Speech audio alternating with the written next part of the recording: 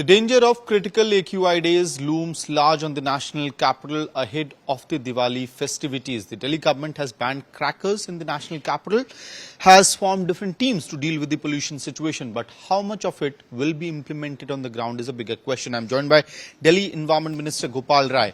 Sir, पटाखे ban हैं, अलग अलग टीम्स आपने बनाई हैं, ट्रैफिक पुलिस से लेके जो दिल्ली पुलिस की टीम है, एमसीडी की टीम है, लेकिन सवाल वही है, पटाखे बैन होने के बावजूद हमने कई सालों से देखा है, हर बार पटाखे फोड़े जाते हैं और दिवाली की देर शाम बहुत ज्यादा इंटेंसिटी में ये सब कुछ होता है, उसको ग्राउंड पे कैसे रोकेंगे?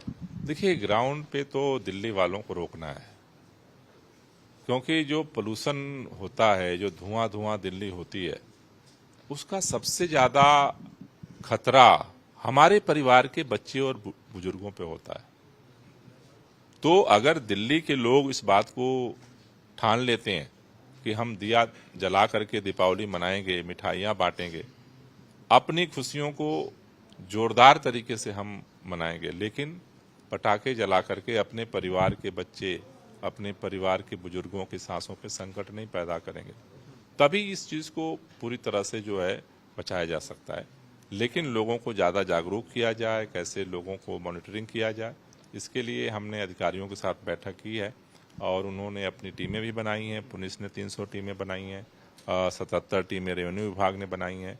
इन लोगों को हमने निर्देश दिया है कि अलग अलग जो RWAs हैं, व्यापारी संगठन हैं, जो धार्मिक संगठन है, सामाजिक संगठन है, जो जागरूक लोग हैं, उनके साथ संपर्क करें और सबके साथ मिल करके ये एक मैसेज ले जाएं कि दिए जलाएं, दीपावली मनाएं, लेकिन बच्चे और बूढ़ों की जिंदगी पर खतरा न पैदा। पुलिस से जो नॉन कॉपरेशन का आपने सवाल उठाया था, LG को पत्र लिख के, क्या वो सिचुएशन रिजॉल्व हुई है?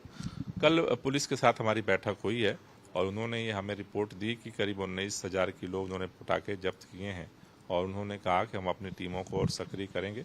तो मुझे भरोसा है कि सब लोग मिल करके, पुलिस, समाज के लोग, सभी संगठनों के लोग, सबके प्रयास से इसमें हमें लगता है कि इस बार धुआं, जो धुंध होती है, जो खतरा होता है, वो हम कम कर पाए। सर, लेकिन आप पे एक और निशाना साधा जा रहा है। आरएसएस प्रमुख मोहन भागवत जी का बयान आया कि हिंदुओं के ही त्योहारों के वक्त ये क्रैकर बैन, पटाखे बैन की बातचीत क्यों होती है, इस पे समाज को इनिशिएशन देना चाहिए।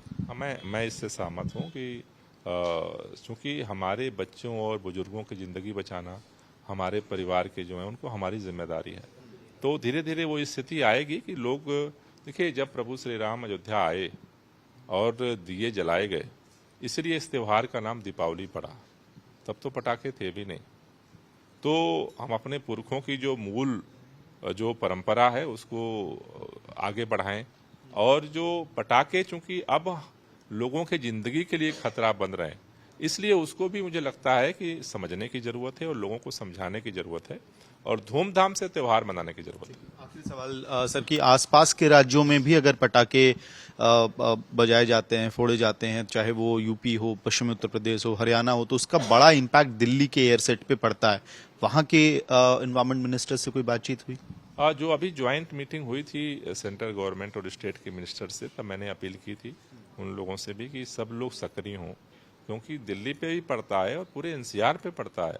तो लोगों को हमें जागरूक करने की जरूरत है और सबके सहयोग से मुझे लगता है कि धीरे धीरे इस पे सुधार आएगा। So that was Delhi Environment Minister Gopal Rai claiming that Delhi police has made elaborate arrangements and so have the other agencies, but it is up to the people to follow the norms so that Delhi's AQI does not fall into the critical category which we have been seeing happening for the past decade or so.